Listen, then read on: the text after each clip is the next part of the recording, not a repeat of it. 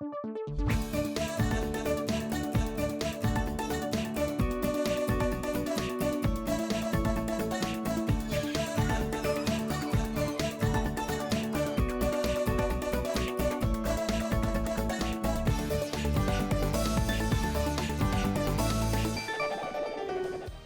телезрители! Здорово, друзья! Вы смотрите «Гору новостей» в непривычном формате. Мы работаем из дома. Ведь лучше не рисковать своим здоровьем. И здоровьем ваших близких. Но это вовсе не повод оставаться в неведении.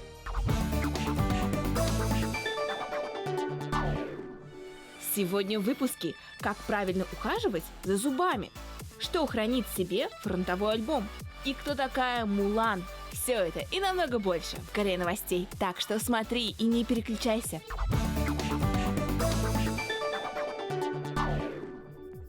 Эти сюжеты были сняты еще до того, как большинство мест были закрыты на карантин.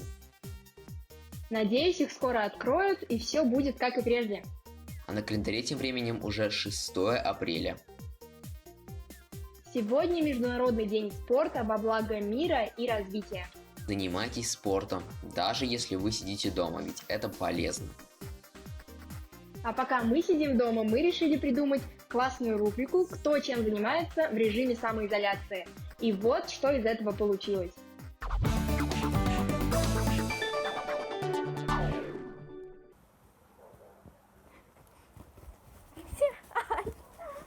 Лея! В общем, карантин карантином, а гулять с собакой нужно по расписанию. Но не волнуйтесь, режим самоизоляции мы не нарушаем, а гуляем только рядом с домом. Да? Побежали!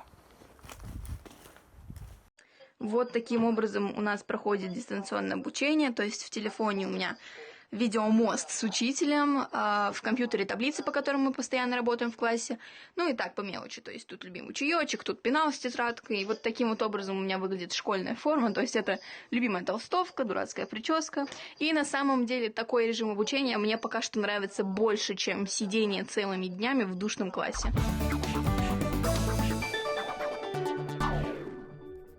А мы продолжаем наш информационный подъем.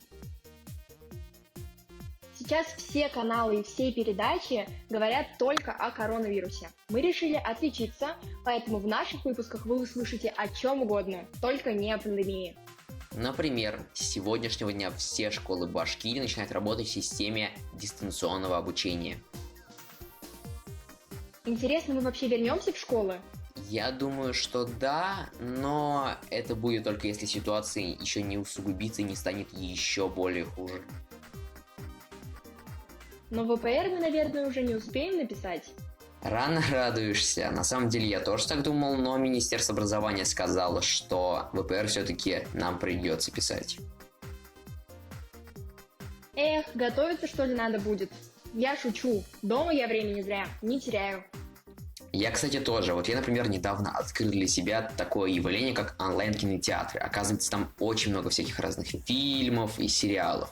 Но если вы теряетесь в этом изобилии, то наш следующий корреспондент Регина расскажет, что же посмотреть из сегодняшних премьер.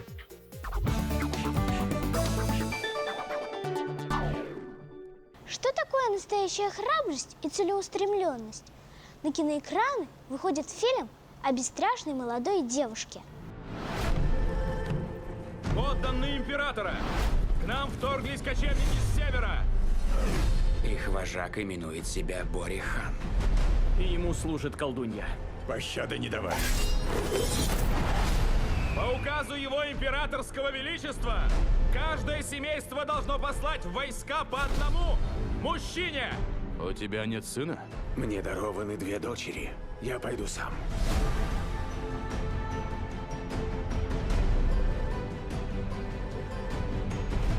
Мы должны быть готовы. Все начинается с того, что император издает указ о том, что один мужчина из каждой семьи должен вступить в ряды армии.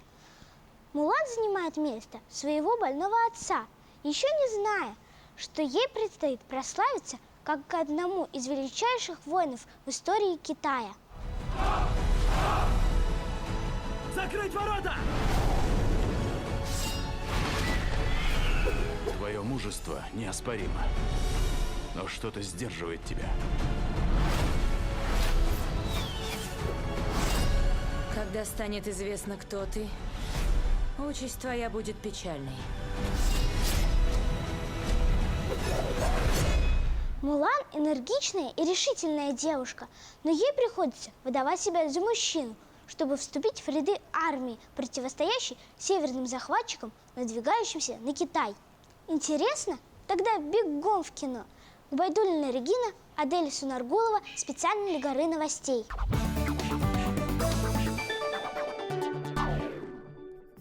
Как вы поняли, мы это снимали, когда все кинотеатры еще были открыты. Интернет, конечно, в этом плане очень сильно помогает. Например, Евровидение 2020 придет в необычном, неконкурентном формате. Подожди, так его же отменили. И в обычном понимании да, но нет. Евровидение представляет новое шоу «Европа сияет светом», которое пройдет 16 мая в 21:00. Еще больше месяца, главное не забыть. Я думаю, будет трудно забыть, потому что будет мощнейшая реклама. Вообще, в самом шоу будет 41 песня из ранее представленных, но организаторы обещают нам очень много сюрпризов.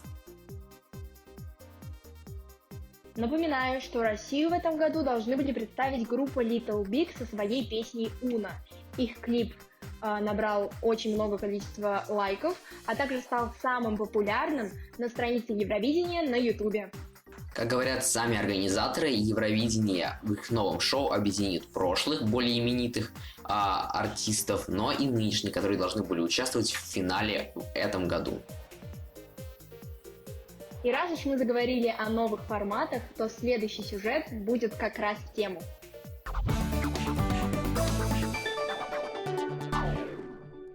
Мы собираем постеры с супергероями, вешаем в комнату фотографии своих любимых исполнителей, но порой упускаем из виду тех, кто действительно достоин вечной памяти. В этом году мы отмечаем юбилей Великой Победы.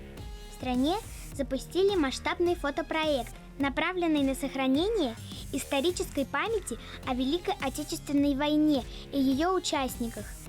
В интернете существует ресурс, куда вы можете загружать фотографии своих родственников, которые участвовали в Великой Отечественной войне.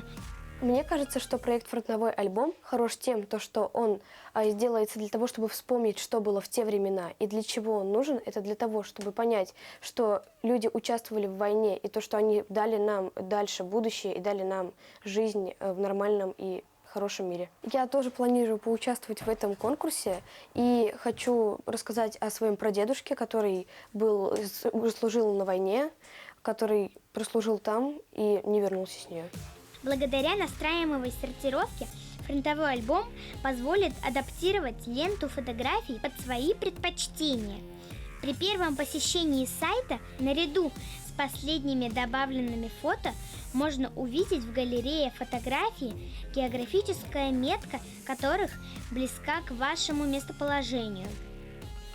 Проект «Фронтовой альбом» позволяет увидеть объемы, насколько много людей было задействовано в Великой Отечественной войне. Также это отличная память о своих предках, о своих дедах, бабушках и прабабушках и прадедушках. Я обязательно буду участвовать в этом проекте. У меня есть прадедушка, который работал на заводе в тылу во время Великой Отечественной войны и делал двигатели для самолетов. Все добавленные на сайт истории можно увидеть на интерактивной карте. Выбрать соответствующий режим. Можно отфильтровать точки на карте по месту рождения ветеранов, местам их боевого пути, послевоенной жизни и захоронения. Собранные нами данные о фронтовиках сберегут их в памяти для последующих поколений в современном формате. Фронтовой альбом показывает Великую Отечественную войну через судьбы людей. Маргарита Вахитова, Рамазан Мусин, специально для «Горы новостей».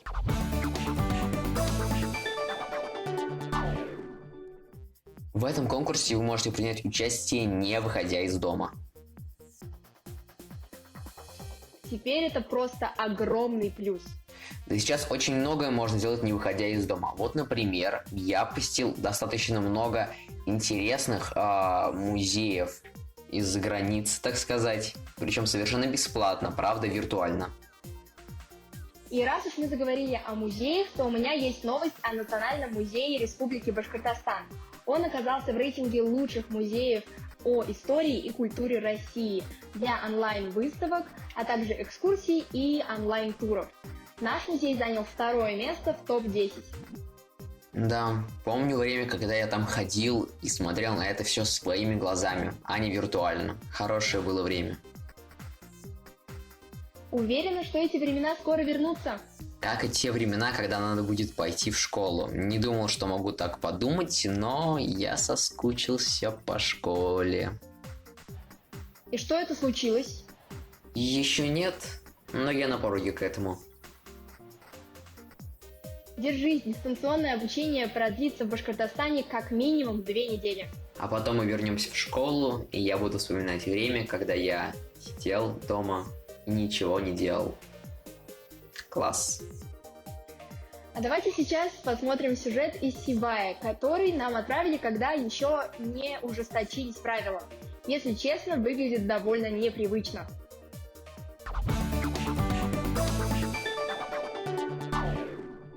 Всем известно, чтобы зубы были здоровыми, им нужен хороший уход, а плановая проверка у стоматолога помогает предотвратить проблему вовремя, ведь небольшой кариес намного проще вылечить на ранней стадии, и, что немаловажно, безболезненнее. Что только не делали люди, чтобы защитить свои зубы. Они заделывали их серебром, воском, золотом. Теперь же есть разные способы лечения. И даже удаление зуба можно сделать без боли. Но стоит помнить, что зубы – это не грибы, которые вырастут после дождя. Куда важнее сохранять в целости свои. У нас каждый год раньше в школе проводились медосмотры, приезжала стоматология и расставляла тут свое оборудование. Но сейчас у нас поставили свой кабинет в нашей школе. У нас проводится первый медосмотр в этом кабинете. Каждых учащихся разных классов вызывают по очереди и проверяют, насколько хорошо выглядят их зубы. На сегодняшний день у меня все хорошо. Я прошла медосмотр, и мне сказали, что с моими зубами все в порядке. Ну что, Диана, больно было? Нет, ничего не сделали, просто провели осмотр. Ежедневный уход за своими зубами – единственное и верное средство от заражения кариесом.